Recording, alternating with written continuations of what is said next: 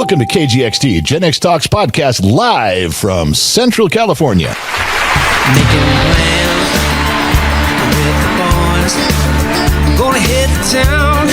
Yeah, I'm gonna make some noise. I'll push past the pain and my wounded pride.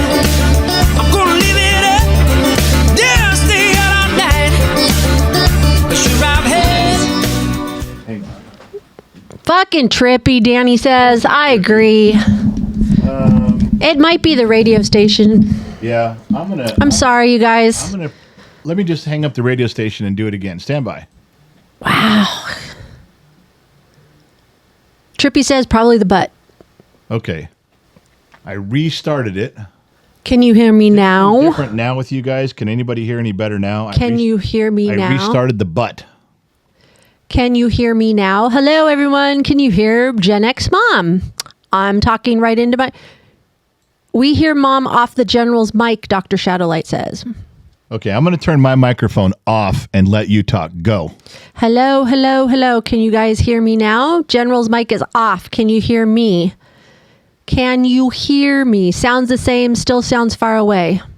It must be the radio station, you guys. Here's the problem. If I keep adjusting so you guys hear it good on the radio, then when I go to play it back, I'm going to have a nightmare of editing to do for the audio, for Spotify, and for YouTube for the video, because you guys are going to make me imbalance things so far. It's got to be the butt. All right, welcome to KGXTradio.com, the Gen X Talks podcast, broadcasting 200 feet below occupied California. Wow, can you guys hear her or not? You're going to have to speak up. There is not enough coffee for you this morning. You're the problem here. You've been the problem for 2 days. Not even me. 2 days? I've got a list, woman. When this radio show is over, we are getting divorced, or we're going to go throw blows outside because I'm angry. Oh, my See goodness. This is the face of anger. This is my angry face. Whatever. Just let's get this hour over with, okay? Yeah, let's hurry up. Oh, Let's hurry up. I have my podcast notes up. What was I going to say? Oh, yeah. I wrote some notes because I want to talk about Duke and stuff too, and I didn't even get it down. All right. So we're officially 9 minutes late, but it is going. So and that's a whose good thing. fault was that? Well, again, when we get to this, ultimately, all of this is ended up being your fault, and you're gonna Somehow. Well, you're gonna whine about it, but it's true. You did whatever. this. Could you start the podcast? I did the intro. What do you want? I thought you did the radio station one. I did the whole thing. I said, welcome to the podcast, 200 feet below occupied California. Here's an idea. I'm just going to throw this out there. How about you listen to the podcast as we go along? Because all I hear is womp, womp, womp, womp, womp, womp, womp. That's all I hear every time you talk. If you'd pay attention, you'd actually know what's going on around you. If it's important, I'll pay attention. Oh, and you're going to deem what's important. Okay. Yes. Today's show is brought to you by MarcyZavala.com, MarcyZavala.com, MarcyZavala.com. She is currently in the air, flying to Chicago, man. Chicago doing marathon. Marathon, not a triathlon, a marathon. No, a marathon. Yeah. She's currently in the air with Dr. McDreamy. Dr. McDreamy's in the air. MarcyZavala.com's in the air. I got to have a really nice little texting conversation with you because you suck ass with texting him. I thought he was joining the Mile High Club. Shouldn't be texting when you're joining the Mile High Club. No. Well, he had to text me. Oh, that's true. He had a little connection there. I got Yeah, you. we had to touch base, Why were you texting him? Like tip our fingers with each other, just reach out. Wonder Twin powers activate. Exactly. Because you have an Android and he had to end up texting me. So let me see. My Android could penetrate time and space and reach the airplane, and he read my message. Oh my But his shitty iPhone couldn't get out of the plane to text me. He said, get out of the 90s, okay, and get an iPhone. iPhones blow ass. They're just copy paste $1,500 next year. Copy paste $1,500. There's nothing special about them at all. But they work. Apparently not. You couldn't text me. You can't from a plane text. He had difficulty texting from the plane. Why? On the plane. Why? In the air from iPhone to Android. Why? My message got to him. Whatever. Android to iPhone worked just fine. Okay. Android's doing the job. Yeah. You're retarded. So No, anyways, your phone thank you very much because we ended up having a little text conversation. What is the conversation? What was it about? It's none of your business. That's between him and I. You just admitted it was his and my conversation. No. That's what started it. Yeah. Then we continued it, and it's none of your business. Oh, for God's sake. None I don't even ya. give a shit. I don't, whatever. Stupid things in the world. You know, speaking of dumb things in It the world. sounds like you're jealous. Not even a little bit. Oh. Speaking of dumb things like iPhones, your dog is fucking stupid. Which dog and why? Riker, he's sitting there. That's not my dog. That's the kid's dog. That's Briggs. Okay, well, he follows you around all day. He's your Yeah, he dog. does. So he's scratching his face with his back paw. He's laying on his bed. He got an itch on his jaw or something, and he's scratching his face with his back paw. And it's one of those ones where you can tell he's not going to stop till that itch goes away. Hey, you know what that's like. But in the middle of it, I look over at him because it's going on a long time. Yeah. In the middle of it, he yawns, and he can't help himself from yawning. He ends up scratching the inside of his mouth, his teeth, and he can't stop yawning, and he won't quit scratching. So he scratches right through the yawn. He hits his gums, his teeth, the inside of his mouth. Then when the yawn stops, he still scratches 5 or 6 more times. Then he gets up and walks around yakking his jaw up and down like, wow, why does the inside of my mouth? He's going, nom, nom, nom, nom, drinking water. Nom. This is weird. All of a Wow, sudden, you my had mouth some hurts. intense observation this morning on the dog. I just happened to know he was making a lot of noise. I looked over. You act like I'm intrigued by the dog. I looked You over. were, because you just made a whole segment over a dog. Well, I'm trying to explain in words you'll understand. I got to dumb it down a little bit for you, honey. I want to make sure you get it. You know, so well, I got it. I got use it when small you words. said that he just hit his mouth. You didn't have to continue on and do sound effects. Wow. Now you're gonna question the trained broadcast professional. Wait. A trained broadcast professional would have had the mics perfect before we The went on mics the air. are perfect. It's the butt. That's not the mic's problem. I'm set. I'm golden. Well, then your butt is cracked. It's flawed. Well, the butt may be cracked, but I'm golden, pony boy. Okay. All right. Way to go. I'm just telling you. So, gosh, it took forever to get me this interview that you did yesterday. Oh, yeah. My yeah. goodness. I think it's been 3 weeks or 4 weeks trying to get this. Ultimate game of phone tag. Yeah, for sure. Constantly. It was like he canceled, then you canceled, then I scheduled, then it's like he's 2 hours ahead.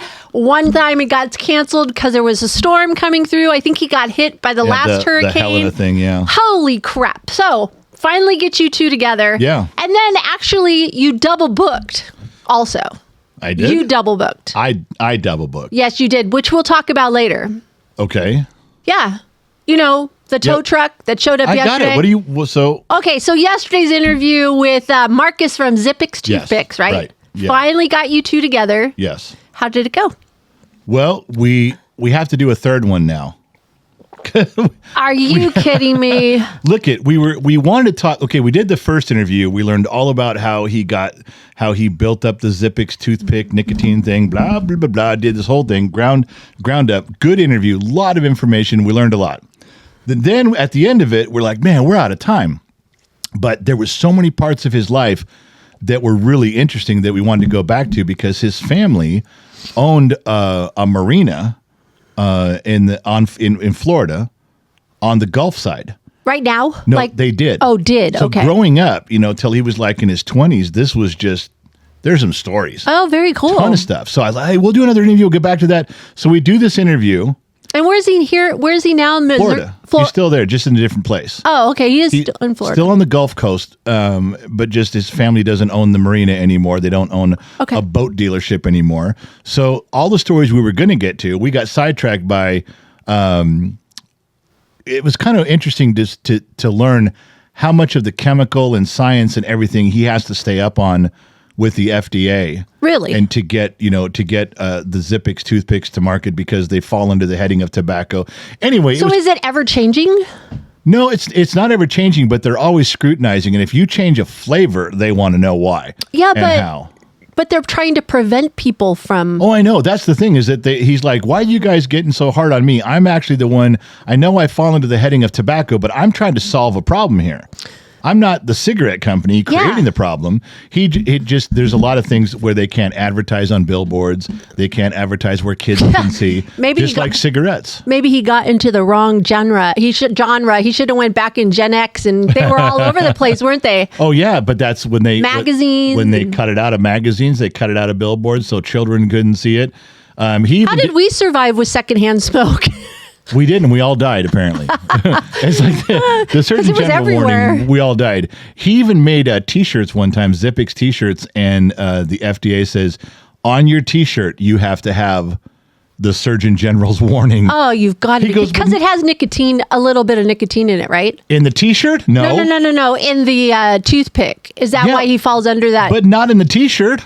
No, but he prints a picture on a T-shirt. You have to put the warning on there. He's like, what are you talking about? Even if he doesn't put a toothpick on it, just because it says Zippix toothpicks? Yes. If it advertises the nicotine, you have to put the Surgeon General's warning on the T-shirt. I'm so ready for Elon Musk to go in there and clear house in the government. Let's start all over. I'm all for that. Let's start Let him all go over. audit the books and go, yeah, everybody's fired. You've been wasting money for 50 years. You're all fired. You know how much money we'd save? Tons. Yeah. There goes that deficit. We could house the homeless and we could take care of our veterans. Right. Woohoo! There you go. So anyway, the other thing he was telling me that was kind of cool is that he doesn't have a big profit margin, but he's getting into all the jails. They're putting his Zippix toothpicks in the commissary because a lot of the jails are going cigarette free, smoke free. You can't smoke in jails anymore. Don't you use cigarettes as money in the jails? Well, yeah, but they can't do that no anymore. money. They took away their money. Ouch. So that's a big thing. If you're a smoker for 20 years and you're in jail and you can't smoke, that's a huge thing. So having Zippix or having the gum or the patches in the commissary is a big thing, which I thought was cool. It wasn't really that big of a topic, except for one tiny little thing. What's that? He said when we have to make our Zippix sticks, the toothpicks, we have to cut off the tips. Because it's a weapon? It's a weapon. I go, toothpick. Couldn't they resharpen that on the floor or somewhere on the wall? Anything. Couldn't you just grab the toothpick and just take your finger and resharpen the end of it by just dragging it across the concrete? Yeah, I'm sure you could. But he goes, we had to cut off the tips to change it so they could sell them in the jail. He wasn't in trouble, but if they decided to, could they tell the difference if they sharpened it? I don't know. It's just, it seems so silly to me because you can, we opened up your Zippix toothpicks and there you've delivered weapons to Can you kill somebody with a toothpick? I'm just asking. I don't know. John Wick killed people with a pencil, so I don't know. Well, he's a skilled assassin. John Wick probably could kill people with a toothpick. And Jason Bourne. Those are the only two people, so I think we're safe. I don't see them going to jail anytime soon, so I guess we're good. Yeah, so that's the thing. Other than that, we talked about him. He's dodging hurricanes in Florida. He brought up an interesting topic because like I told you, he was into boating. He goes, a lot of people who don't know how to use their boats, everybody tries to take their boats upriver and tie them off when it's a hurricane. I said, what, the hurricanes don't go up the river? He goes, it's not as bad. You get less storm surge. But he goes, people that don't know, now follow this. I never even thought of this, and this was really weird. He goes, there are so many people that take their boats and tie them off tight to the dock. That doesn't sound like a good idea. Well, it sounds There's like... no give and take for it. To do what? To float and bob and weave and go over the waves. Well, yeah. And rise. There you go. And rise of water. You got to have some give and take. I don't think the bob and weaving mattered. I don't think the side to side, the waves mattered. But he says when the storm surge comes in and it raises 8, 10, 12 feet, and your boat doesn't have enough slack to rise with it, you just tied your boat under the water. And the water rises up 10 feet, and your boat is tied tight to the dock, and that dock is now 10 feet under the water. He looks around, he goes, so are 16 boats. There's 16 boats out of 30 that you can tell which 16 people just got their boat for the first time. Speaking of the hurricane and boats. Yeah. So, I go on my National Enquirer X. Oh my gosh, yes. App. So everybody's been following this guy called Lieutenant Dan. He decided to stay on his little boat through the hurricane. Wow. I don't know if it was in the harbor. I can't remember where he was, but I checked this morning and he made it. And they had him film, I think he got it got taken off the rope or whatever, and he was floating and bobbing and weaving. He's alive. He's fine. He survived. He told everybody. But I think what I read was he was a felon. So he couldn't go to the shelters because remember I told you that they said no way. So he stayed on the boat and he survived the whole time. I mean, he was drifting, and I mean that sucker was bouncing. It's like the comedian says. He goes, "You can survive the guy in Florida." The comedian talks about that guy in Florida who tied himself to a tree, and he goes, "I'm so physically fit, I can withstand the storm. I can withstand the wind."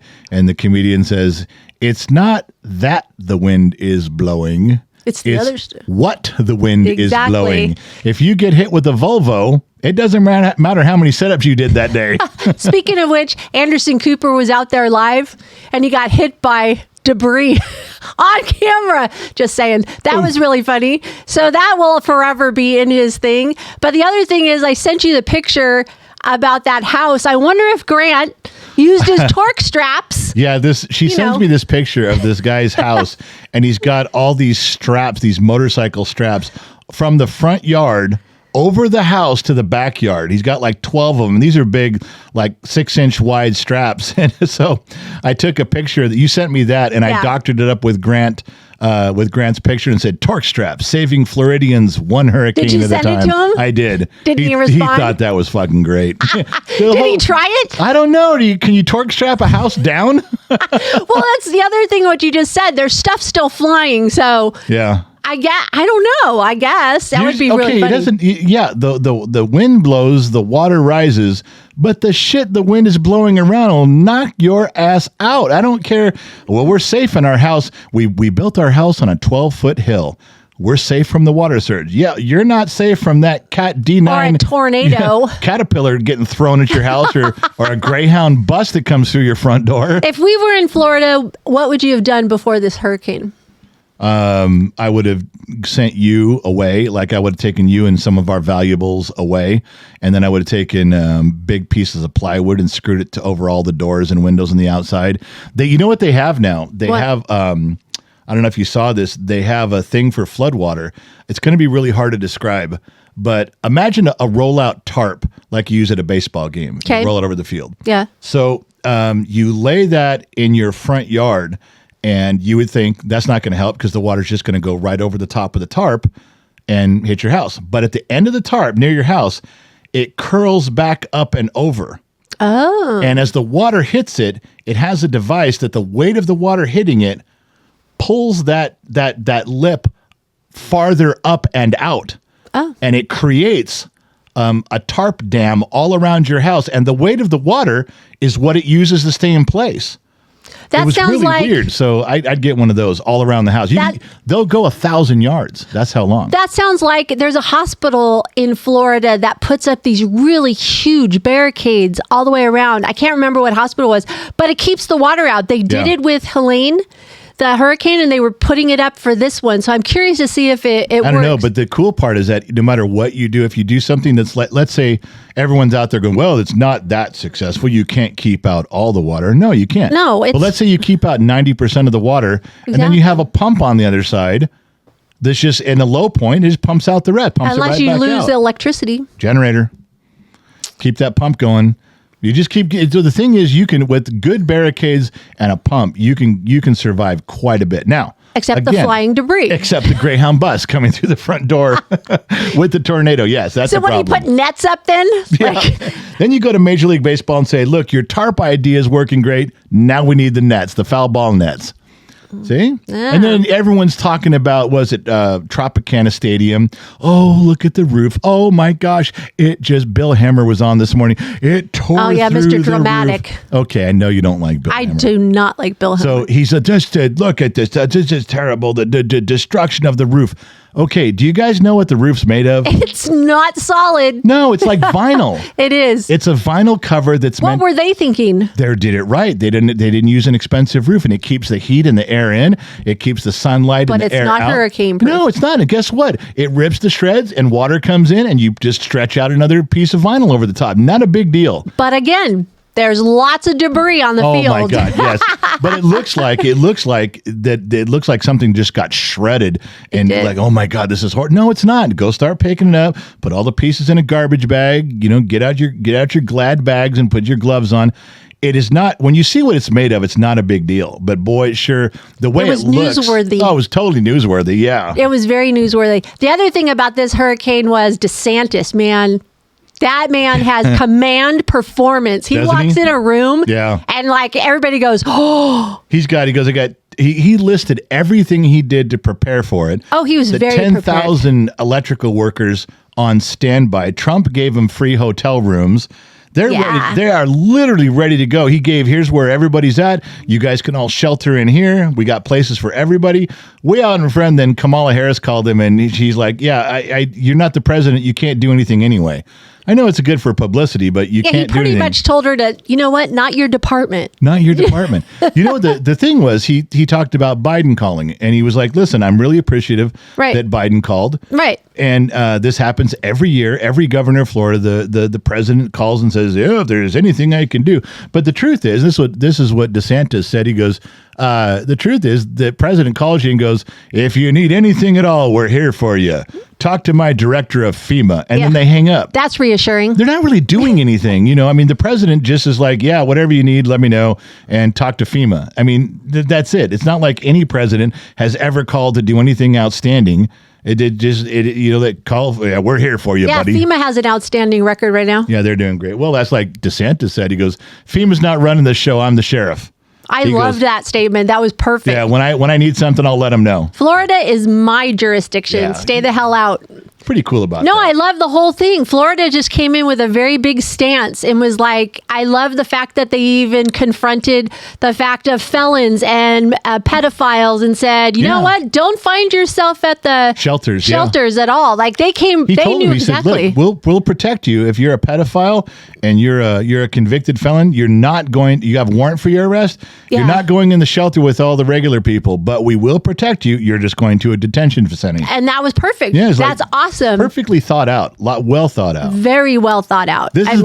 For me listening, this is the best description I've heard in years and decades of someone being prepared for a hurricane. This was the best one, the most prepared I've ever heard. I've never heard this happen either. He was very on it. He either has, he's a smart man, but he also has a great team. So can we talk about one of your personal habits that's bugging the shit out of me?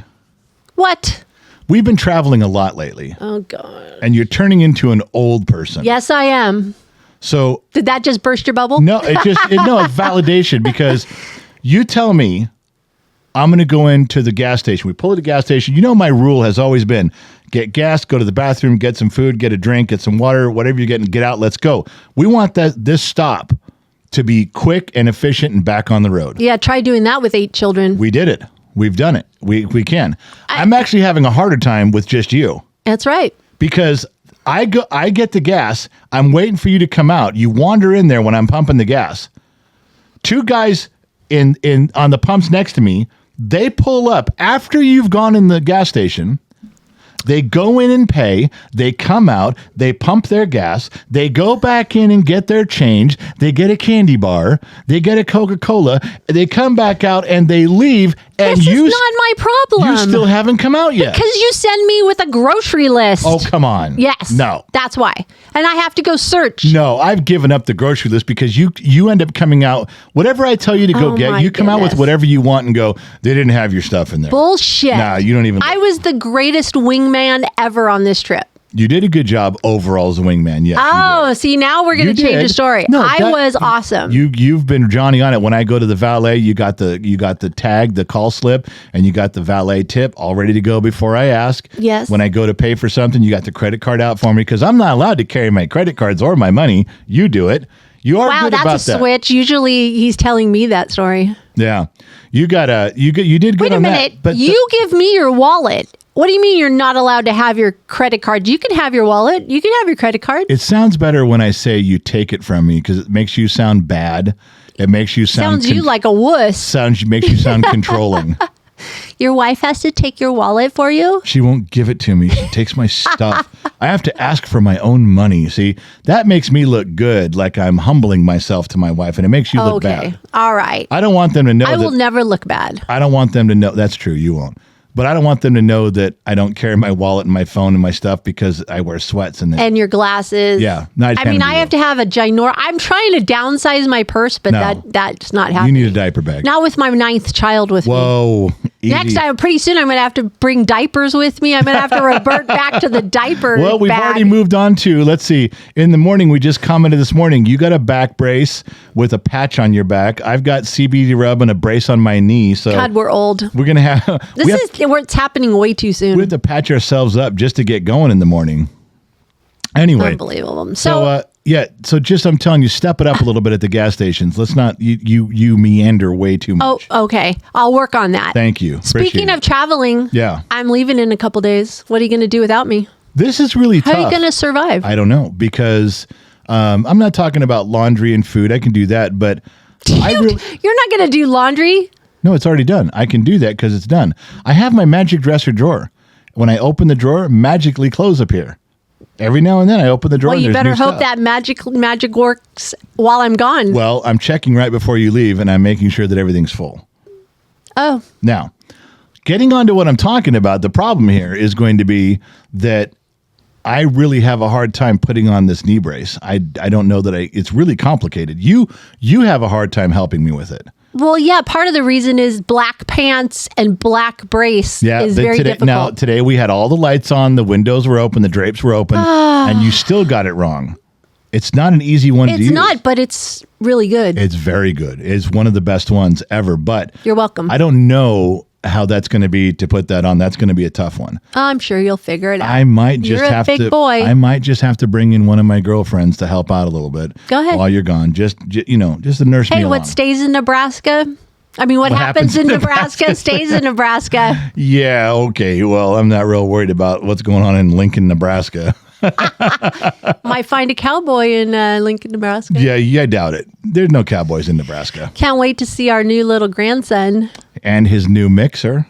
Oh, God, his new mixer. I did. Whatever. I sent it because you know what? I talked to everybody. Everybody, including the Sun Valley Fox, said it was a good gift, so I bought it and sent it. That little man's going to have cookies and cakes. Maybe I'll have to make him some cookies. Well, he can't have cookies, but our granddaughter, she's looking forward to seeing her Grammy, too. My gift is a gift that keeps on giving. I guess so. Yes, it does. You just put a smile on our daughter's face for sure. Yeah, no kidding. She was all excited about it. For those of you that don't know or listening for the first time, our daughter had her second baby 2 or 3 weeks ago now? This is the millennial daughter who's married to the Marine. Yes. And they're stationed in Lincoln, Nebraska, because just in case of attack, you got to have a division of Marines there just in case. Yeah. So she had to have a C-section. There's one yawn. Over under on yawns is 4. She had to have a C-section, but I talked to her this morning and she says she's feeling about 80%. Feeling good. She's walking up the stairs with no problem and stuff. So that is really good news. She's really bouncing back. Getting tired of all of our kids naming their children and not including my name in it. I'm starting to be offended by that.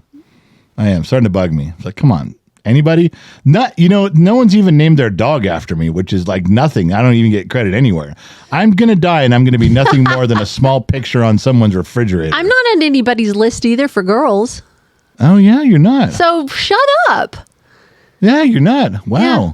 I named one of our daughters my middle name. I went and, spread the wealth.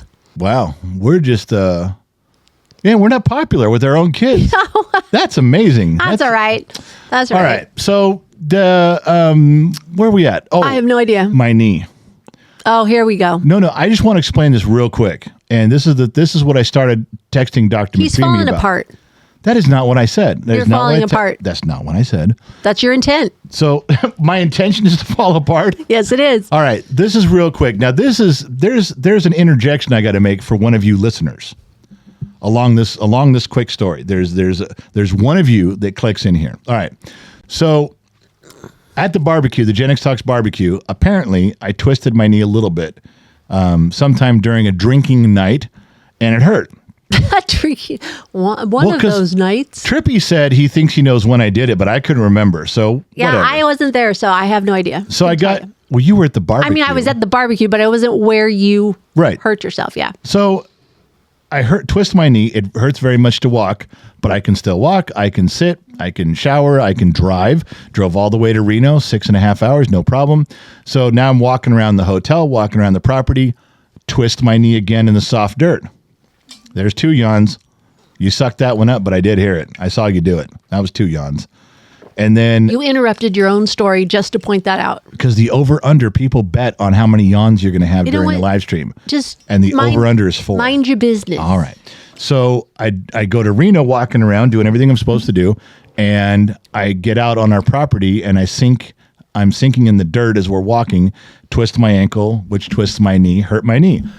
Pretty bad. But I can still walk. And I still can function and going along through life. All right. Drive all the way back, 6.5 hours, 7 hours driving home. No problem.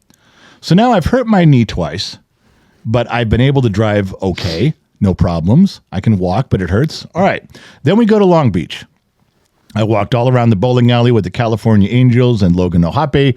We do all the stuff down there. I'm pretty good. But on the way home, you're hurting badly and you fall asleep. You take your because we were on the road for 10 days. Right. Same as me. Right. So you go to sleep and lay your seat back and you knock yourself out. I'm like, okay, good. You're down. I get caught in LA traffic for almost 2 hours at 8 miles an hour. Now, I don't know why, but my knee started to hurt. A little bit on the brake, a little bit on the gas, a little bit on the brake, a little bit on the gas. And 30 minutes in, I'm rubbing my knee so hard. I'm crying. I'm literally starting to cry. You woke me up. Well, I thought about, I said, I'm going to pull over in the emergency lane. I can't do this. I cannot drive anymore. So I was going to pull in the emergency lane, but then where do I go? If you're laying all the way back, I can't sit in the back seat behind you. If Briggs was with us, if Briggs drives in my place, I can't sit in the back seat behind him because he scoots the chair all the way back. Should have woke me up. I would have had to wake you up from your sleep. You would have gone back in pain, and I could have stretched out in the front seat. But then you would have been hurting with nowhere to go because you couldn't have laid down either. I could have went in the back seat, but okay, go ahead. Addie was back there. It wouldn't have been very easy for you. It wouldn't have been comfortable. In fact, if the back seat is so comfortable, you'd always tell me, pull over, I'm going to go to sleep in the back seat. But you don't. You sleep in the passenger seat because that's the most comfortable spot. Continue. So I determine I'm not going to wake you up. I'm not going to do that. And I just suffer all the way home with my knee. It gets better once I get out of the 2 hours of the 8 mile an hour traffic. It's a stop and go traffic. It got better, but ever since that drive, I can't walk. I can't sleep at night. I can't lift. If I lift my leg 1 inch off the ground, if I lift my foot 1 inch off the ground and my leg dangles kind of, it feels like someone stabbing me with knives. Now, here comes Dr. Shadowlight. He heard this same story before as it was developing, and he said, go get a knee brace. He goes, and he's a doctor. He's a real doctor. He says, what you're experiencing, he didn't have a diagnosis like what it was, but he's like, go get a knee brace, which you did. You ordered one, and now I'm wearing it, and it helps a ton. Yes. But it's not fixed. And I can't tell if this went over the top driving at 8 miles an hour. I'm barely moving my foot and my ankle and my knee. Barely. This isn't where somebody took a bat to my knee. I didn't get in a car crash. I didn't run into something. There's no big event that hurt my knee. This is just from use. And now all of a sudden I'm stuck where I can hardly walk. I can hardly sleep at night. I can't do anything. Knee brace or not. So that's what I texted Dr. McDreamy about. Now that's what I'm stuck with. I can't figure out right now is how could it hurt so bad if I know for a fact there was no event? I did twist it a little bit at the barbecue. I brought that up a little bit up in Dayton on the property. I twisted a little bit, but I've been fine. It hurt, but I've been fine. It was that drive home, and whatever it did, I have not been able to shake it. So what are we at? We're at Thursday now, and we got home Saturday night. So it's been 4 days, and I've been dying. And pain pills don't work. None of the stuff works. It's just wear and tear on your knee, babe. You have not been nice to your knees. I agree, but that one drive of I'm just not. It's not doing just much. the drive, it's all those other things. When it started healing, you started feeling good and then you injure it again. It starts feeling good and you're re-injuring it again. I don't know. I'm not a doctor. I don't know shit. All I did was text Dr. Madrimi this morning and said, look, I told him the whole story. Here's what happened. And I'm not asking him to diagnose it. I'm just saying, does this sound like something that'll heal with time? Mm-hmm. That's all I asked. Or am I fucked? And I didn't get an answer yet from, because he has an iPhone. Remember, is that the same knee a while ago that they checked and they said there was a tear? Yeah, this is the one they said they had to do surgery on. Yeah, about so 3 years it's ago. still there probably. I don't know. Well, what brought it back? Why all of a sudden driving out of L.A.? Walking, getting up, starting to do things? I don't know. Just it's fucking stupid. Speaking of driving, yeah. your driving habits suck. You don't think I drive very well? Well, you drive fine, but your habits are like a 12-year-old. I tell you. How many 12-year-olds do you know that drive? I'm looking at one right now. What are you talking about my driving habits? Oh my gosh. I wake up from napping while you drive like I do. Okay, so it isn't how I drive. Okay, go ahead. What? Okay, on the way home from the Nevada trip. Right. I wake up and Yeah. I look over at you and I'm like, hey, are you okay and everything? And then I notice your arm. I don't know what it is. It had blood all over. I'm like, what happened? Did a badger come into the car or something while I was sleeping? No. Well, listen, lots of people do lots of things to stay awake. Some people bite their cheek to stay awake. Some people will bite their tongue. Some people will slap themselves in the face to stay awake. I scratch my arm. I just take my fingers and I go down my arm really slowly as hard as I can dig in, and that wakes me up for a little bit. Then I'll do it again. That's just what people do. It's just, look, I'm not a little girl. I'm not going to pull over the side of the road at a rest area and go, oh, let's take a 4-hour nap. No, I'm Gen X. You fucking tough it out and you keep going. You slap yourself and he around. never pulls over for me to drive. No, because it'll hurt you bad. You drive 3 errands around town, and it'll hurt you all night. That was a while ago. I did it yesterday, and I was doing fine. Barely. I'm not doing it. I'm not letting you drive and hurt yourself Fine. again. Whatever. So I won't pull over. No. So you scratched yourself till you bled on your arm. That's what I'm trying to say. Brilliant. Some fun fact Freddie's going to go, if you're that fucking tired, if you really get that tired, it's irresponsible of you to scratch yourself. And all the people that try to stay, you're going to hurt somebody someday. You're going to fall asleep. Your tactics aren't going to work. And I'm just letting you know, my name is Fun Fact Freddie, and I'm letting you know statistically, you're endangering the lives of others. And Trippy just recorded that voice. God damn it. Who is that voice? I don't know. That's Eddie Murphy's white guy voice. Okay. No, that's not Eddie Murphy's white guy voice as well. That's a solid thing you're doing there for me, pal. That's the white guy voice. I don't know what voice I just did. Doesn't matter.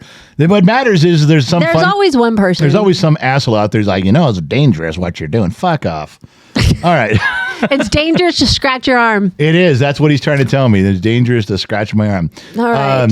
Also, speaking of pain and suffering, since we're talking about my knee and we're talking about scratching myself with pain. Yeah, it's all about you. Yeah. Here's one that you are a horrible, unkind wife.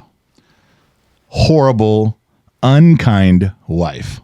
I think if we took a poll, that would be untrue, but go Not ahead. after they learn what you do to me. All right, what is it? Throw it out there. Ladies and gentlemen, I submit to the jury, which is you folks out there. Here we My go. wife will sit there and tell me, are you okay? Are you hurting? Yes, I'm really hurting. It's my knee. It's my hip. It's my ankle. I have a fever. I have a cough. I need medicine. My sore throat. Doesn't matter what it is. You are sympathetic, and you can look at me and go, you are sick. You are not well. You are in pain. You are suffering. And you'll say that. You'll agree with me. I got you. All the way up until, well, should we go to the emergency room? No, I think I can stick it out. And all I have to do is somewhere in passing, somewhere go, I'm just dying over here. Why don't you come over here and do a guy a favor? Give him a little something, little badonkadonk Yeah, you're something. not that sick. That's what you say. Now, so all of a sudden, magically, I'm healed? Yes. No. A guy can be on his deathbed. A doctor can say, you're dying of cancer. You have 12 hours to live. You'll be dead in 12 hours. And if a guy goes, can I get a little something, you say, no, You're not really dying. Yeah. That is not true. Guys can be both. Guy can be very tormented, in pain, Oh, dying, my broken God. leg. Can have their head falling off, and you won't. Oh, you're fine. You're not that. You're not that sick. You need to correct your course on that one. That is. No, I really don't. Yes, you do. That is not. I'll bring in a nurse for you. That'll take care of that for you. No, there's no reason to go down that road when I'm telling you. But you dismiss it like you're almost mad that you've been waiting on me hand and foot. You've been taking care of me for 3 or 4 hours. You've been bringing me stuff. You've been taking care of me with the medicine and the cold washcloth. And do I need anything to eat? And you're waiting on me and you're hurrying and everything's focused on me until I say that. And then you're almost mad like, well, I've just wasted the last 3 hours. You're not really sick. You're not that bad. I didn't waste the 3 or 4 hours. That's what it sounds like. You almost throw up your hands in the air. That. That's your 12-year-old brain again. I think you ought to reconsider your position on that. I will reconsider it, but I probably won't change my mind. Do you know how many guys listening to this program just turned to their chicks and went, "See, I told you," because it's a valid. You know how point. many chicks looked at their guy and went, "See, even Gen X mom agrees with me." See, you guys, just I could do the same thing you're doing. You're all wrong. Every one of you's wrong. You can't do that. Oh my gosh. You know what? This is a true story. I even had a. Well, it's true. It's a story. I even had a prescription from Dr. McDreamy for BADONKADONK. The key word there is had. Yeah, it's probably expired. You didn't honor it. You need a new script. You didn't. I'll get one. He'll write me one, and you get one. still won't do it. Okay. I'm telling you that you won't even follow the rules when a licensed medical doctor provides you with sound documentation. You still go the other way. Just letting you know, it's a bad thing. All right. Well, can we switch gears now? Because To what? something's on my mind. What? We went to that Logan O'Hoppy bowling event this last California weekend. Angels All-Star The last Bowl. day of our 10-day trip. Yeah. I didn't think I was going to make that. I didn't think so either. But I did. It was a long. So that's a plus in my healing process. Oh, there's no way. If this had been 3 months ago, I there's would no never way made you it. could have made it. You could not. You couldn't have done the trip to Reno that long. You couldn't have done the 11.5-hour day of driving to the property and walking the property and then all the way home. You couldn't have done it. You'd have been in bed for 2 or 3 days. God, that was not a vacation. That was a work. But you week. made it, and I you did. even made it to Long Beach the next day, which I was completely impressed with. Yeah. So I call them the California Angels. I know they're the Anaheim Angels of Los Angeles or whatever, just like the Chicago Cubs of Los Angeles. You could say that about any team. You just tack Los Angeles onto the end of it if you want to. We're the Anaheim Angels of Los Angeles. Yeah, we're the San Diego Padres of Los Angeles. Just say whatever you want. It's so stupid. So they're the California Angels. Didn't in the my book. Chargers come up too? Now it's like the Los Angeles Chargers. Yeah. They're always going to be the San Diego Chargers to me. But they were the Los Angeles Chargers before the San Diego Chargers. Oh, like in the my 60s. goodness. It's true. There's a little bit of history there. So- Okay, well, whatever. Anyway, it was for Corey's Promise, and Corey was a pitcher for the Phillies who got cancer and died really fast. He never got to be in the majors. He only did minors, according to his mom. He signed the contract. He was in AAA Guess ball. what else I found out from his mom? Ah, His mom is Christine. Christine. So think. she told me that his time in the minor leagues, they never saw him play in the minors because it happened during COVID, and they would not allow family even down there. So they never got to see him pitch. Wow.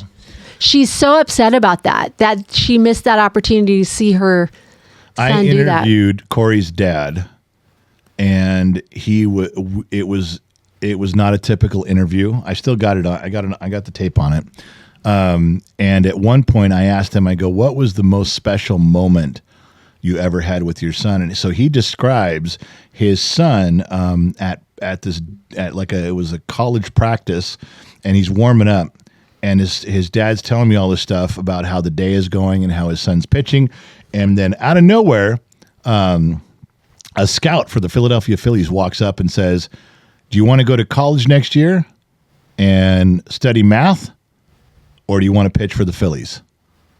And Corey he lit up. He's like, "I want to pitch for the Phillies." And then his dad was there.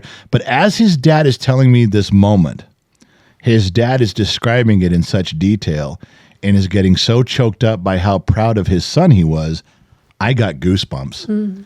I actually said, in the middle of the interview, you can hear me go, holy shit, I've got goosebumps. And Corey's dad goes, oh, you do. I mean, you can see it in my arms because the story was so real. Yeah. Because I'm a dad, and you get those kind of dad connections when you see it in a movie, you see it on TV, or another dad tells you a similar story. You get it. And I dialed right into it. So that was a good interview. Of course, we did Logan Ohabe, and Dad had a Good kid. Good kid. Had a great interview with him. He's got a good head on his shoulders, respectful. I hope he stays that way. I really do. I do too. And he's got that bright-eyed look still where the whole world's in front of him. What a great kid. And even though he looks like he's 12, he looks like he just got here.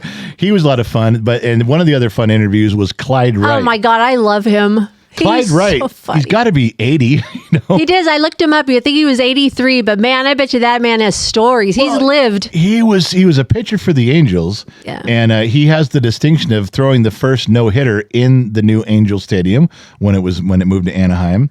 And I'll tell you that he was so funny with all of his stories. I need to get him back in studio right Did you hear Logan's story about him?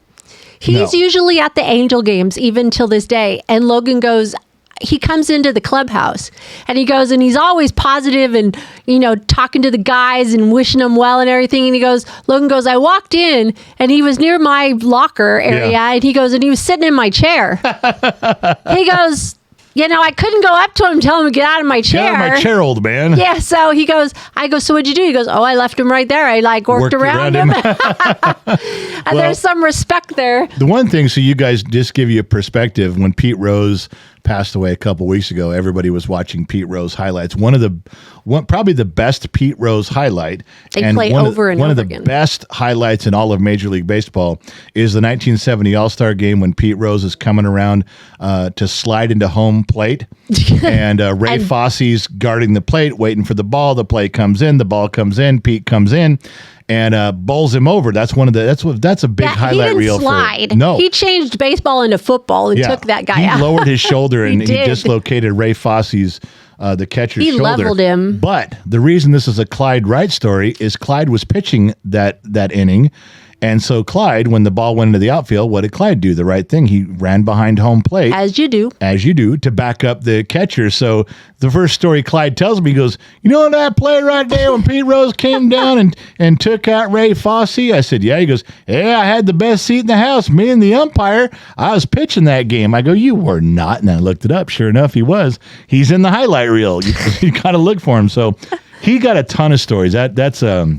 That's a good thing. So I want to get him back up. Yeah, in you could studio. have him here all day and all day. and never have get good tired of listening to his stories and stuff about it. And going in there, I didn't even know his name. Didn't even know who he was. Now I want to know more. Oh, He's just a great guy. Yeah. So, and there's our Angels thing. It was a great event. We had the Briggs was there, and his girlfriend Addie was there, and TDP. Trippy Dippy Pineapple was there. Hey, he made an appearance. So we had some staff there, and Daniel some people. Edwards Production put it all on, and he's one of our staff members here for our production team, and he actually had one of his better events. More people signed up. He got across the finish line with ticket sales. There wasn't as many sponsors, but I'm glad there wasn't the sponsors. I'm glad it was just people. It was a good day. It was a great day. It was a really good day. There's always room for improvement, but overall, it was awesome. He did a good job. He pulled off the whole thing. Yeah, and you met some flawlessly. people? Yeah, I had about I want to say 9 or 10 people come up. Some was just a single person, some was couples.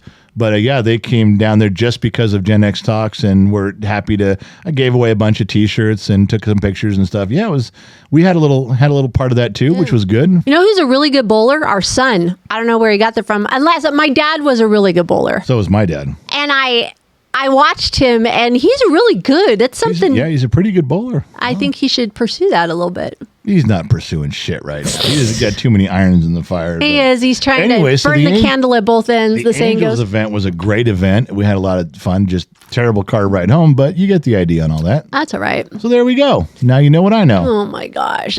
I can't believe I got to say this to you, but I do. I'll air it in public. What? Should I write this down? Oh, yeah, you might have to. Well, you'll have documentation because I'm That's on right. the podcast. That's right. I have to say to you, oh man, this is going to hurt. What Good is it? job. What? I said it. I'm Say not it saying again. it. No. Did you just say good job? Maybe. You said good job. Maybe. I heard you. It's on tape. What did I do right? And I got to ask you, whatever it is, did I do it on purpose or did I accidentally get it right? No, I think you did it on, well, it might be a little of both, to be honest with you. You finally got the forklift. What has it been? 6 years that I've been looking out my kitchen window. There's my roses and then there's a forklift. So now it's gone. Yeah, I'm having a hard time with that. I already miss it. You've got to be kidding. No. I did? tolerate a lot of stuff. Yes, you do. And the forklift parked right outside my window has been... It had to be tough looking A at your lot. kitchen window, beautiful roses, and then a forklift. Yeah. Yeah, it's real romantic. It's beautiful. It's that down home country feel, honey. I don't know why you've kept it for 6 years. It 'Cause I hasn't couldn't- run. It does run. I just can't. It does run. I can make it run. I've made it run a bunch. We've driven it around. My It's God. just that I couldn't get rid of it. I couldn't just junk it, and I had to clear out the buildings when we closed up the shop. I just couldn't get rid of it. So, but because we're moving to Dayton and I can't take everything with me, that forklift does not belong in Dayton. You can trade that in for a tractor. I will get a little tractor, but I did get rid of it. Yes, I did sell it. It is gone. I'm having a hard time with God. it. There's a lot of stuff going though. I've been getting rid of stuff. I left am and so right. proud of you. We are depleting stuff around here. However, this brings here we go. This brings us to sunny point number 2. I do not have solid internet out here anymore. It clicks and clicks. I can't even run a speed test. I don't have real good internet in the house either. No, okay, this isn't about you. It's about us. And it's not it's not about you complaining just because I'm complaining. It's about us. This is where you listen. The studio has its own internet, its own cable, its own modem, its The own house stuff. has its own cable, its And own modem, everything and was internet. going fine out here, just fine. I could run a speed test. I can't even upload the new poll. As I go to upload it on YouTube, it quits and says can't upload. I run a speed test, can't even complete the speed test. Who plugged in the internet? Ever since you disconnected, you unplugged the studio and everything was hooked up and you didn't turn anything off. You unplugged it, it shut it all down. And you fucked up the cable. I bet you bent it. I bet you bent the coax cable. No, I didn't. Well, all of us, yeah, I know you didn't do anything. You didn't do anything, but magically after you moved everything out of the way for the forklift to leave. Who hooked up the internet back? The first time you did, I had no cable. Then the next tow truck came, which is a story amongst itself. The next tow truck came, and Briggs hooked up the next time. Oh yeah, like he's brilliant at that. Well, either way, that didn't work when you did it, didn't work when he did it. And now we go to do the live stream tonight, the Bottom of Glass Nation. It'll lag, it'll pixelate, it'll lag don't know out. that. We'll have to stop. You watch. You don't know that. So there you go. And this is all because of you.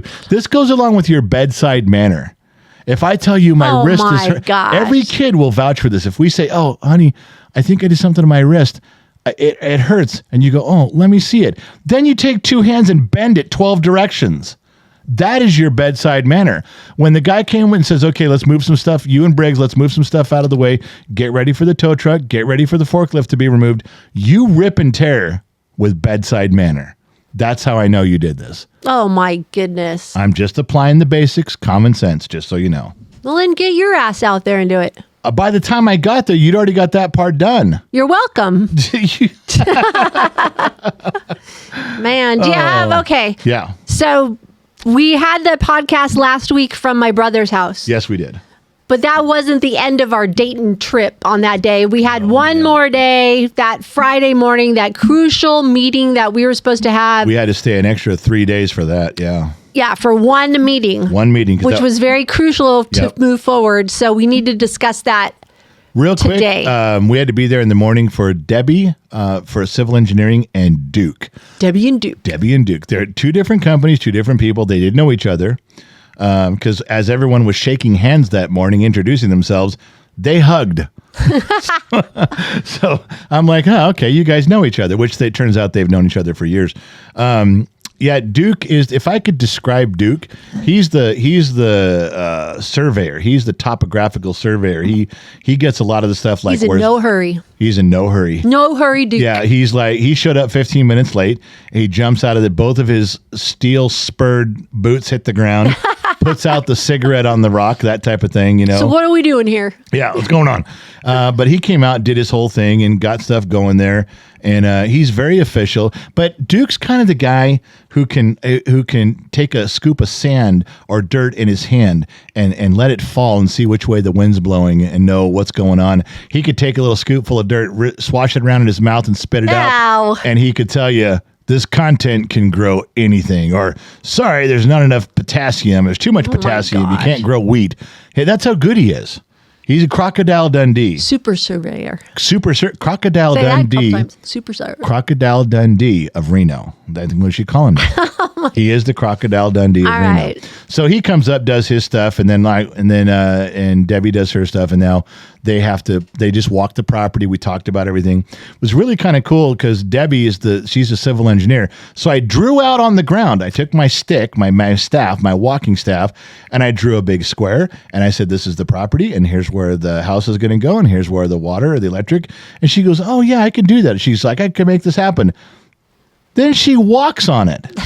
She walked right across my drawing. Like every guy there went, oh, what are you doing? Because this was a guy thing. Sun Valley Fox was there. And she could do better than that. And she walked on it. Okay, so we were all like, and they even said, chicks, man. Chicks. Because you don't do that. An hour later, I drew it again. For me. For you. You walked on it. You didn't even know she walked on it. You women just did it instinctively. I have a picture of it too. Yeah, you walked all over my shit, man. I don't know what's wrong with you, girl. So the guys are every time that was twice. All the guys there threw their hands in the air and said, "Can you believe this?" Oh my God, you guys are such cats, little kitties, starts with a P, of like a willow tree, like a willow, or a cat, or a cat. Anyway, so yeah, you chicks messed up my drawings twice, and but so during this next coming up week here, Sun Valley Fox got to meet both of them out there. I can't go back. I can't go back up there. That's right okay. now. My brother can handle this. I know Sun Valley. It'd be nice to be there, but I want to be there, but I got to drop you off at the airport Saturday. And it's Thursday, and I can't. I don't know that I can walk around and drive and get a hotel room by myself and do all that with that's my okay. knee. This and time we everything. can't go. So yeah, that's it. So we met Duke. If you guys are on the pay part of the pay channels for us, Patreon is one. General's Lunchbox on Facebook, or the community section on YouTube. There's pictures of Duke and his story. We're on part 8. The Dayton story is on part 8, and the part 8 was labeled The Duke. The Duke. And so, yeah, we got the Duke story So on part am I 8. to assume that after this thing with Duke and Debbie that they get going, then things are going to speed up maybe a little bit? If it passes the perk test and Debbie says we got everything on lock, you still have to pick the house design. Well, I'm waiting for that information. But we got to get with Ben Matlock. Matlock. Never lost a case. Never lost a case. When Ben gives us those, you pick Debbie just draws it up. Once she draws it up, the whole then property. Have Ben send me something. I'm calling Christine. You're gonna She'll have get to. it done. Yeah, no, Christine's the way to get all this done. Duke is trying to schedule Sun Valley Fox for some help. Debbie's trying to schedule Sun Valley Fox for some help. They both want extra guys all on the same day. Christine had to swoop in and go, okay, everybody calm down. Yeah. Let's straighten this all out. So yes, Christine gets it done. But yes, you'd have to go to Christine and go, listen, we need like 12 or 13 house plans. Give us some spec houses. Let us pick one. But back to your question. Once Debbie draws it up and submits it to the county, if they approve it, then you can start building. Then you can have a guy come in, put a power pole. Have a guy come in, drill a well. Have a guy come in, put your septic in. I mean, you can actually start doing stuff. So we have to wait on the county after that. We just have to. It's Debbie's pretty slow plans, there in Urington. Yeah, it's pretty slow. There's not a lot going on. Come on now. Well, they're waiting. Once these two things are done, then Debbie draws it up. Okay. Then things start moving. So now you know what I know, which ain't much. But that's your dating update. Stay tuned. Stay tuned. And now you know what I know, which, like I said, ain't a whole lot. But anyway. Oh my gosh. Do you have a kid update by chance? Not much, because we were gone most of the time. Jade is getting up by 9 a.m. in the morning, although you said she slept on the couch all day. All afternoon. I guess that's better than being in her room with the door locked. I mean, she's making progress. She made it from her room to the couch. and then laid there all day. But she did get up. She was dressed, shoes and socks. Okay, Dad, I'm up by 9 o'clock like you told. I'm forcing her out of that room. She can't stay in that room anymore. I told her, you get up, you come see me at 9 o'clock, and you keep your door open up your blinds, open up your drapes, get some air moving through there. You're not sitting there anymore. She is doing that. Just now she's just laying on the couch all day. So I guess that's progress. I don't know. And the kid, Briggs, he actually had a very unusual conversation. I didn't get a chance to tell you about this yesterday. He asked me, how do I see potential in other people? And I said, what do you mean? He says, well, my job is to hire, more people to sell Cutco knives. And he says, and everyone says they saw such potential in me. And you guys always talked about, you guys saw potential in the oldest brother. He goes, what am I looking for? He didn't understand. Good question. Yeah. I said, well, just look at somebody who has confidence, but they're not arrogant. You look for somebody who is well-spoken, can hold a conversation. When they're talking to you, they're not looking over your shoulder, out the window. They're not on their phone. They're paying attention to what you're saying. Someone who you know is ready to take on the world. And he says, well, did you see that in me? Yes. Did you see that in my older brother? Yes, I did. And he says, okay. He says, so what's the downfall? What am I looking for? I said, well, the thing that's a downfall, you can find someone who's totally ready to take on the world. You can see people and go, wow, that guy, that girl, that person, they're ready for an opportunity. Look at them. They are smart. They're strong. They're standing tall. They're well-spoken. Their manners are good. You're ready to go. And Briggs says, well, then what's the downside? I said, well, the downside is the problem you have. The work ethic. The downside is the problem your older brother had. And he goes, what's that? I go, you guys have no discipline to stick to anything. That's the hardest part is you can't, when you talk to somebody, you don't know what their work ethic is going to be. You got to find something. But the first part is to find someone that is really got it going on. Like, hey, you'd be great around here. Then you find out later if they can stick to it. I go, Briggs, you can't stick to anything. You've never stuck to anything at all. You love the challenge of taking it on, becoming the man. Then he gets bored really He fast. did that with FFA. He rose to the ranks of FFA, was handling everything for the teachers and teaching part of it. He was sneaking into advanced classes and doing everything he could. And then once he got all the notoriety and everybody thought he was great, he kind of like, yeah, I'm done with that. Same with Gen X Talks. He did really good. Once Gen X Talks got popular, well, I'm kind of done with this. He got bored. He's doing it kind of at Cutco. He's selling knives. He's the top guy there. Oh, now I'm kind of... He has no discipline to stick with anything. And I told him that. And guess what? What? He said, I know. He goes, I don't know what it is. I kind of get bored. I get disinterested. He says, I want to look for the next thing to be great at. Because he hasn't found what he wants to do for the rest of his life. This isn't it. Well, and I get that, and that could be fine. But the problem is you end up being great at 15 different things for about 5 minutes. You never stick with something long enough to be great at it forever. Right. That's the problem is the self-discipline. And we talked about it, but he got it. It wasn't a bashing conversation. He brought it up. Oh, interesting. So we'll see where that goes. That was one of the first regular conversations we've had. That's a very adult topic, too. Like, that's something interesting that he has to discern that to try to figure it out. We haven't talked like that in years. That's the first time we've had a legitimate conversation where he wasn't looking out the window thinking, okay, when can I be done? I want to get out of here. That wasn't like that. So there was that. I guess that's hope. Doesn't mean anything's going to change, but at least he's identified what he's looking for in others and what his shortcomings are. Yeah, exactly. So that's not bad. So I have a request for the new house, just so you know. You know when you asked me what things that I wanted or don't want or something? You change your mind all the time. What's today's flavor, honey? It's not going to have a glass shower door. Just so you What are we going to do? Have a wood shower door? Yeah, so you can't draw on it. Oh, come on. That's why you don't. That's what the whole goal is. So you can't draw on it. A non-drawing door. You're going to call Lionheart and go, build us a bathroom with doors and walls that he can't draw on. That's the that sounds about right. That's what's going to happen.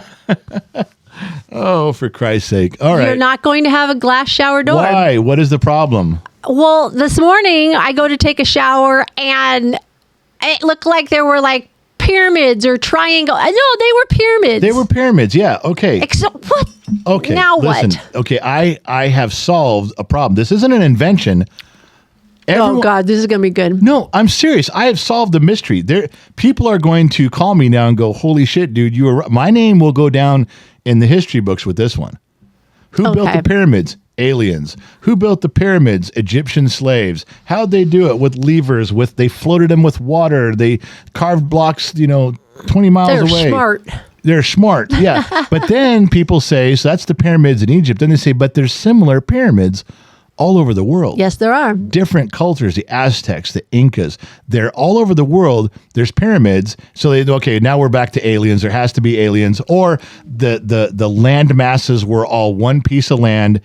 Everybody knew each other. Everybody built pyramids. Then the continents drifted apart, and that's how come they're all over the world. And I finally figured, I was drawing them out, trying to figure this out, and all of a sudden it hit me. I've got the answer. What's your answer? No. Not my answer. Ask me what's the answer. Oh my gosh. What's the answer? The answer, and thank you for asking. You're welcome. The answer is the reason that there's pyramids all over is because they were the basic, simplest, strongest design. The Egyptians built other buildings, but they went away.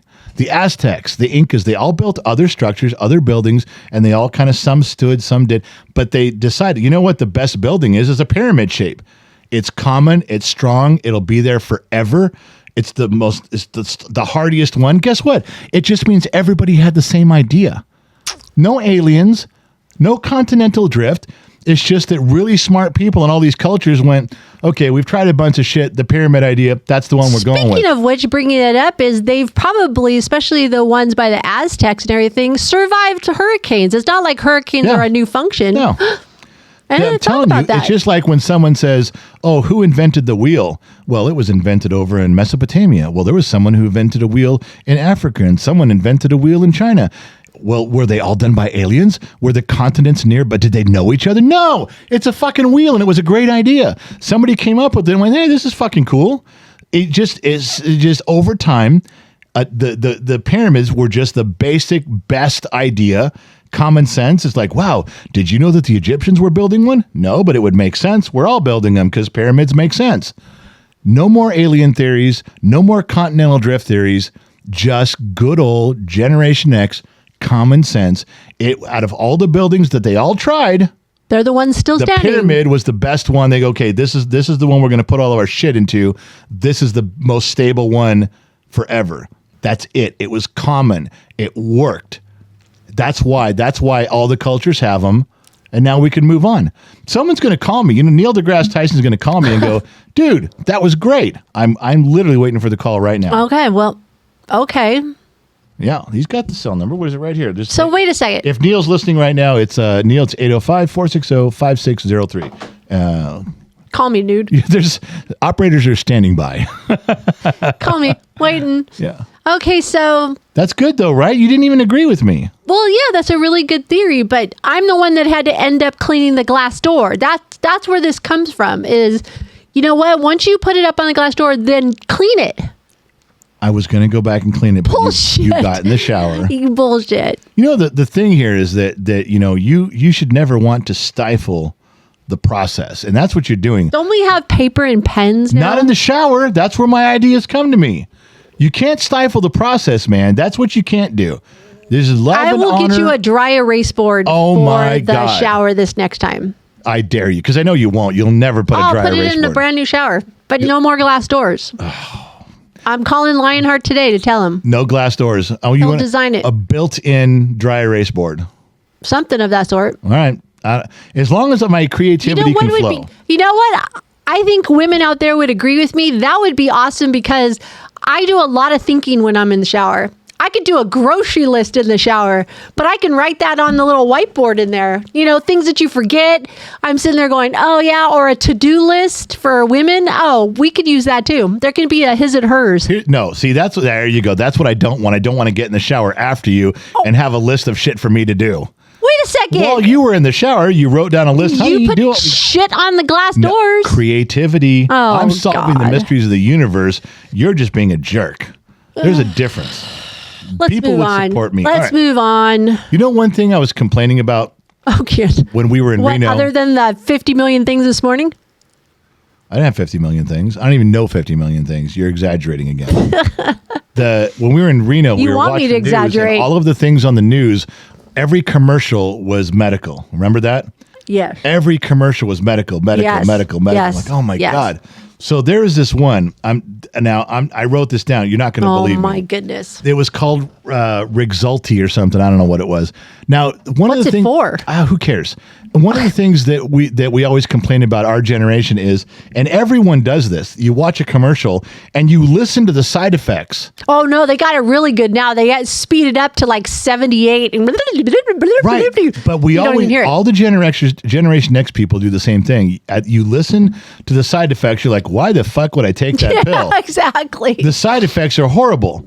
Okay, no big deal. We've been doing this for years. Yeah. Why would I even bring it up? We all know it. It's all common, because this one stuck out in my head so bad. It was the middle of the night. I was in Reno. I was up watching TV. This commercial comes on, and I went, oh my God, the side effects were longer than the commercial.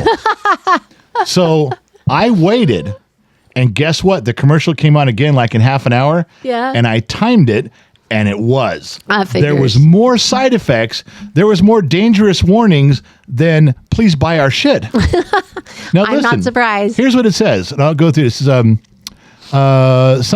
This is the things you got to be aware from Rexulti. Serious side effects. Now, I'm reading this from their website. Okay. Tell me this. Tell me when it cuts off. You're like, okay, that's about average, and when it becomes excessive. All right. Some cerebrovascular problem, stroke. Right elderly there. It's bad. elderly people. No, not bad. Like they're all bad. But when does it go beyond the normal commercials? Cerebral problems, vascular problems, stroke. Elderly people can get dementia, psychosis that can lead to death. So don't buy our product. Neuroleptic malignant syndrome is a condition that can lead to death. That's two deaths. Yeah, uncontrolled body movements. That's another one. High blood sugar. You can become very thirsty or very hungry. You can feel sick to your stomach, urinate more than usual. You can feel weak or tired. Okay, right about now, this is about what all of them do. Yeah, except the two things of death at the very beginning. Well, we're not done. This thing still goes on. Right about when you're thinking, okay, this is the usual disclaimer. No. We're not done. So it's you can feel weak or tired. You can feel confused. You can lose your breath. Or your breath can smell fruity. That was in there. Ooh, I want that. Increased fat levels in different parts of your body. Or you can also have generalized weight gain. Oh, Now, yeah, I'm jumping on board for this medicine. What is increased fat levels in certain areas? You get a bulge. You're going to get lumpy. You're gonna get lumpy. Unusual and uncontrollable compulsive urges from this medication. Okay. Like to eat dirt? Well, Or, like- eat dirt, kill someone. You know, I mean, who knows? Well, it said psychosis. and it so. said uncontrollable. We're not done. This list still goes on. Jeez Louise. Low white blood cell count, That's not good. decreased blood pressure. That's close to death. Your blood pressure could also fall. You could have seizures. You have problems controlling your body temperature. Wow. Okay, we have now doubled what the normal bullshit is you get from medication. Why would you want to put that in your Whatever body? this is doing, whatever problem Rexulti is curing, I don't care anymore, because it has given us all the standard stuff that can happen, And then some. and then some, and we're not done. So it'll solve the problem, but then you'll get more problems. on top of it. 75 more problems. Okay, hold on. I'm still reading. Okay. You can have trouble swallowing, sleepiness, drowsiness, feeling tired, difficulty thinking or doing normal activities. You are not allowed to drive a car or operate heavy machinery. You can't do any dangerous activities at all. And Rexulti will guaranteed to make you feel drowsy during any of the other symptoms previously mentioned. Wow, I want to take that medicine. This thing, it would take a lot for this to stand out in my brain. You know, I hear this stuff all the time. Well, be careful with the medication. It can be drowsy. Don't operate all the equipment. And, don't drive a Yeah, car, blah, that's blah, blah. standard. It's about 12 seconds.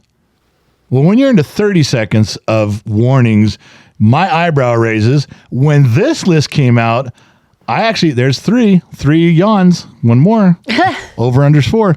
When I literally waited for the next time this commercial ran and I timed it. And the drug was about 12 seconds. And then it was like 28 seconds of warnings. It was like 4/5 of this thing was every side effect known to man. No kidding. They should just sum it up and go, Resulti, it'll cure what we're telling you, but your shit's going to be fucked up. That's all they should say. Then everybody would get it. Exactly. Speaking of commercials, Yeah. I forgot to tell you, I right. saw your Gravite commercial yesterday for the first Did time. you? Did you see? I did. Makes me want it. Oh, those girls were so cute. Their smiles when the I guy. told So, ya. do you want to tell people what it is, just in case they didn't hear it, about the Gravite? We told them last week.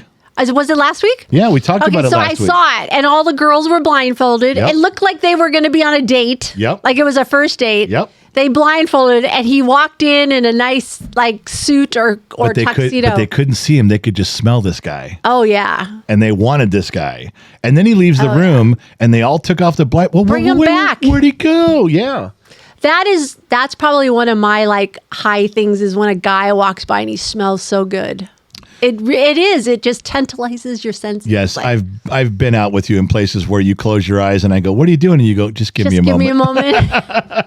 A nice cologne is like, oh, Yeah. that is so awesome. So that's if why you want me to snuggle with you, put your cologne on. put my cologne on. Got to smell like 1985. Well, that's why I tried to tell you that I'll have commercial to find you that Gravite. just to try it. I'm telling you. We'll see. Well, something. We'll see if anything gravitates toward you. You want to give a weight loss update for you? Well, it was I always lose weight when we go to Reno. Absolutely. I walk and walk and walk, and I just eat regular, and I always lose like 4 pounds. This time, I was walking, and you even know this time I was eating less. I just didn't feel like finishing my lunch. I didn't feel like finishing breakfast. I wasn't hungry. So now I knew when I came back, I was really going to lose weight because I was losing weight before. This one was eating a lot less and walking more. I gained 4 pounds. But did you feel, other than your knee having a problem, but did you feel stronger? Like, did you feel, that's what I wanted to ask you. Did you feel stronger? Like you had maybe, I don't know if energy is the right word. No, I get what you're saying because muscle is where you're going with this. Because Dr. McDreamy told me one time, he goes, look, he says, 5 pounds of fat, let's just say, is as big as a basketball. And I go, okay. He goes, 5 pounds of muscle is as big as a softball, let's say. And I go, okay. He goes, so if you trade 5 pounds of fat for 5 pounds of muscle, you're not losing any weight. You lost 5 pounds of fat, you gained 5 pounds of muscle. The scale says 0, you're not moved. Yeah. But you gained some muscle. You'll be a little skinnier in some spots, and you feel a little stronger. So answer my question. I don't know. I'd like to say yes, but I don't know. I guess overall, I'm not huffing and puffing when I'm walking long distances, and I can go longer. I mean, other than my knees hurting, but I can go longer, I can stand up straighter. I'm not as short of breath. I guess, yeah, my stamina was up. Maybe that's what it was. It could be. But anyway, so then I'm home, and I'm limping around. I'm limping around here. I'm not walking because I can't walk, and I lost 3 pounds or 4 pounds again. I weighed myself this morning. I'm back down again. I have no idea how to explain it, but the weight's coming off again for some reason. That's fine. Just keep doing what you're doing. Yeah. So there you go. Now you know what I know. Cool. So I don't know. I think we got to come to an end of the podcast. But Yeah. did we do a car story last time? I don't know if we did. I don't remember. But do you have one this week? I do have one. But Okay. I got a quick thing I was going to tell you. Story time. Kind of funny. When someone comes in and their car has so many problems. Okay, this is a running joke with mechanics. And someone say, well, you got a bad transmission, you got a bad engine, your electrical's bad, your brakes don't work, your air conditioning doesn't work, your windows won't roll up and down. We're just going to blow your car up. Okay. Now see, that's not what we say. I know. As a mechanic, I can come back to my customer in a clever way to tell them, don't spend money on this car. You've got too many problems. As I tell them, you need a radiator cap exchange. Okay. And the customer goes, what's a radiator cap exchange? And I say, well, you pull your car up to me, open the hood. I'm going to take the radiator cap off in my hand. drive your car out from under it, drive a brand new car under it, and I'll put the radiator cap back on. That's pretty good. We've changed everything in your car past the radiator cap. That's smart. And then they say, "Oh, is there anything else?" I say, "Yeah, I'll probably recommend you need a radiator cap I was too." going to say, you better get a brand new one. But that's what we call it. Your car needs a radiator cap exchange. Oh my and gosh. that's the fun. Anyway, that's a funny story. So, Yeah, you mechanics are hilarious. well, we are. Just ask us. We'll tell you. Oh, God. So I was working at a Chevy dealership up in Auburn, like on Grass Valley. I think it was Grass Valley Road outside of Sacramento on the 80. I wasn't part of the Chevrolet dealership. They were also selling at the time Caribou campers that go in the back of pickup trucks. And they Okay. were a new design, pretty cool. So I got the job up there, and I was friends with the mechanics, but I was on the motorhome side, the camper side. But I heard there was an argument up there with the service manager and one of the customers. So I kind of walked over because I knew the mechanics, and they were kind of gathering. And I said, "What's going on?" I said, "Well, this guy owns one of the hottest Corvettes you can buy factory, and he makes changes to it that you're not allowed to make, and the service manager doesn't want to warranty his car anymore." One of the things was the guy doesn't run engine oil in his engine. He runs transmission fluid. Is that okay to do? Yeah. Okay. I know people go, no. Yes, it is. Transmission fluid is more expensive than motor oil, but the viscosity runs at a higher temperature. It's fine.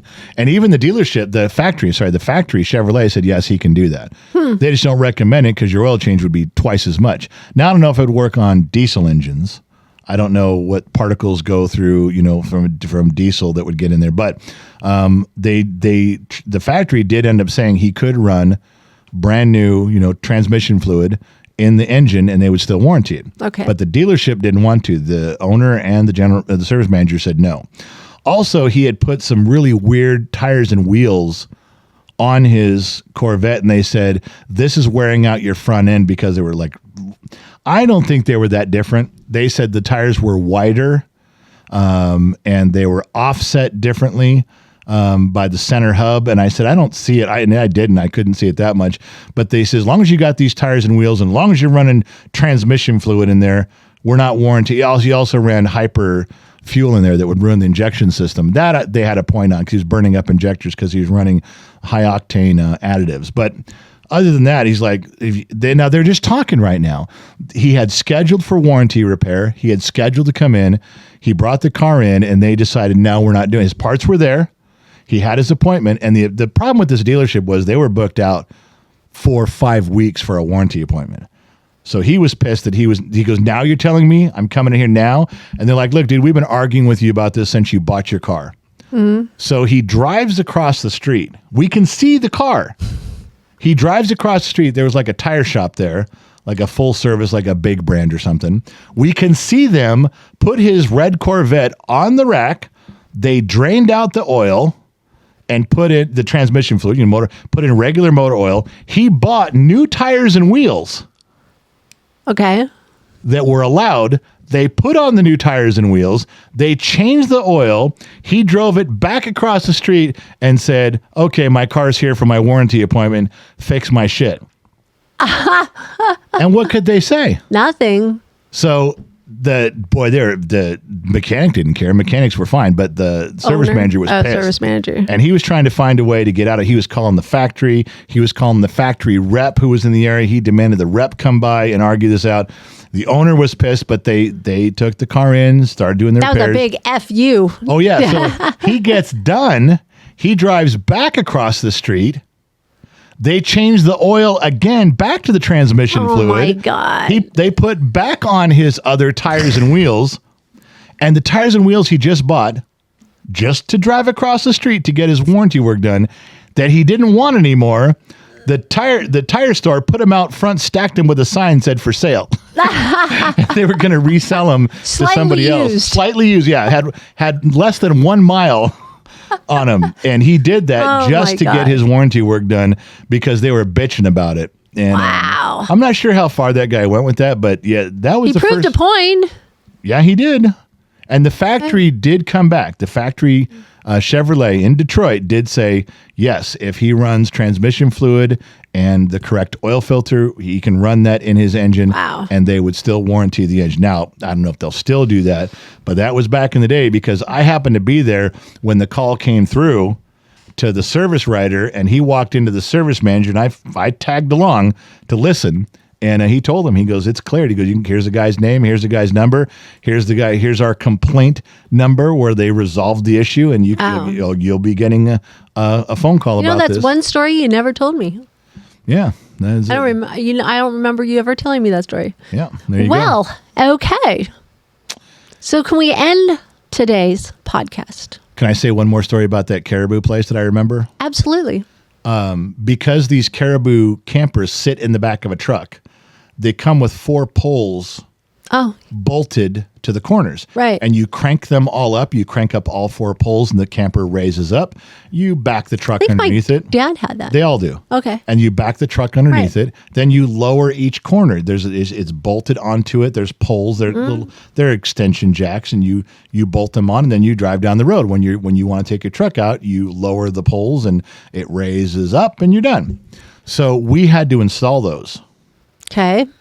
And you have to be careful because how you drill them into the Caribou camper part, you can't fuck it up. You can't do it twice. You fuck it up, you got to send it back to the factory. They have to rebuild that corner of wood if you fuck all the wood up. Okay. And I'd done a bunch of them, so I didn't mess it up. But there was a new guy there, and I guess he was putting them all on. And I don't know who was supposed to be double checking his work, but they were in the parking lot. And they were raised up, not very high, raised up a little bit, for display. And they had a thing under the front of it so it wouldn't tip over forward. But they had a little triangle. They were built that way. You go out and you raise them up about a foot to show everybody, as people driving down the street, look at the Caribou. Oh, look, they come on stilts. And then you put the thing under the front so it stabilizes it and you don't lose it. And one day after lunch, there must have been 25 of them out there. And 10 of them were on the ground broken. Uh-oh.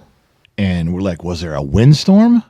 A really bad wind, you go set them down. And no, I don't think it was windy during lunch or something. I mean, somebody noticed it after lunchtime. And so we all ran out there, and there's half of them are falling down. The other half are still up. And I was the one who noticed the jacks were broken off of them because the guy used way too short of bolts. Oh, no. He used way too short of bolts. Nothing hit him, just being out there, vibrating. His trucks went by and a little breeze snapped about half of them. And I guess he'd put all of them on. So not only did the ones that break and rip out all have to be craned back on trailers and sent back to the factory, all the other ones that hadn't fallen apart yet had the short bolts. You couldn't put the long bolts in because they all had to go back. They were too big around and too short. They couldn't put the right ones in. They wouldn't go. They had to take all those back. So I had to send back almost all the inventory back because of this one guy. And Caribou charged the dealership for fucking it up. Oh, that's nasty. Yeah. Did the kid guy still have a job? He didn't. He didn't have a job. 5 minutes after I found that bolt, and the service manager goes, "What's that?" I go, "The wrong fucking lag bolt." And he goes, "Okay, you're fired." He fired that kid right. Yeah, figures. But I'm surprised the service manager didn't lose his job. He needed to have someone watching that kid. And that kid's 19 years old, and he tells a good story. That he knows what he's doing. But you have to have somebody watch to make sure. Yeah, for sure. And they didn't do it. So, yeah, there's the other Caribou story from that same place. All righty. So, are we done? How long do you think we've been on? Hour 29. Not bad. Hour 30. Wow. 1 minute off. You got your game back on. All right. So, other than the beginning where everything got fucked up, hopefully the recording evens out, because I think it's the butt that was showing you as being really low. You're the butt. You're the low butt. You were a low butt. I was a high butt. Okay. All right. All right. Thanks for tuning in, everybody. Say goodnight, Gracie. Good night, Gracie. Thank you guys for listening in. Thank you guys for tuning. Not sure where you're listening in from around the planet. AM, FM, Sirius XM, or perhaps you tuned in to listen to the Gen X Talks podcast on the Armed Service Radio Network. Remember 3 things in life. 1, wherever you go, there you are. And 2, as I catch you guys on the flip side, remember number 3, if something goes wrong in life, fucking Trippy. We're not saying it's his fault. We're just saying you blame him. You guys can use that for the rest of the day. You're welcome, America and Denmark. And I'm out. Bye. Life is